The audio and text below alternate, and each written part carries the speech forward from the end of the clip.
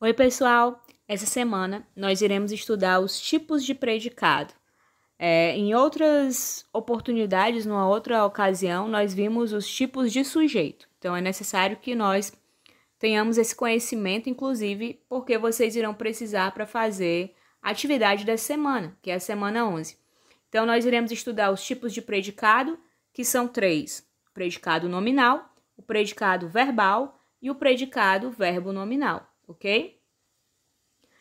O que vem a ser o predicado nominal? Quando é que eu vou identificar que eu tenho um predicado nominal? Bom, você vai ter que observar o seguinte. O predicado nominal é aquele que é formado por um verbo de ligação mais o predicativo do sujeito, tá? Antes da gente entender isso aqui, eu tenho que recapitular para vocês o que é o verbo de ligação, certo? Gente, o verbo de ligação vai ser o verbo que tem a função de ligar o sujeito e suas características, tá? Ele vai ligar o sujeito às suas características. E os principais verbos de ligação são o verbo ser, estar, permanecer, ficar, parecer. Tem muito mais, tá? Só coloquei aqui os mais comuns, tá bom? Para vocês lembrarem. Então, nesse exemplo, vocês vão perceber exatamente isso. Maria está feliz. Maria está feliz, é o exemplo.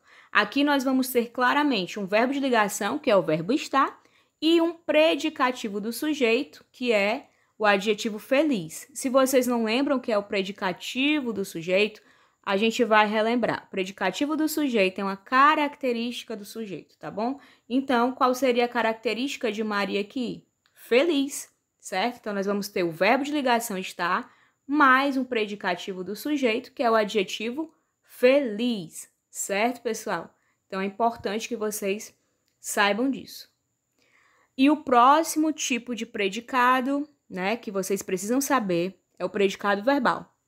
Gente, o predicado verbal é aquele que tem como núcleo um verbo significativo, tá? Predicado verbal é aquele que tem como núcleo um verbo significativo. Aí você pensa, meu Deus, o que é um verbo significativo? Gente, um verbo significativo é um verbo que expressa uma ação, tá bom? Então, aqui, ó, vamos acompanhar aqui o exemplo 1. A menina adora doces. A menina adora doces. Nós temos aí um verbo, né, que é o verbo adorar, que é um verbo significativo. Então, nesse caso, eu tenho um predicado verbal. E no segundo exemplo, exemplo 2, João gosta de Maria. Também vou ter um verbo significativo, que é o verbo gostar. Então, nesse caso, nós vamos estar diante de um predicado verbal, ok?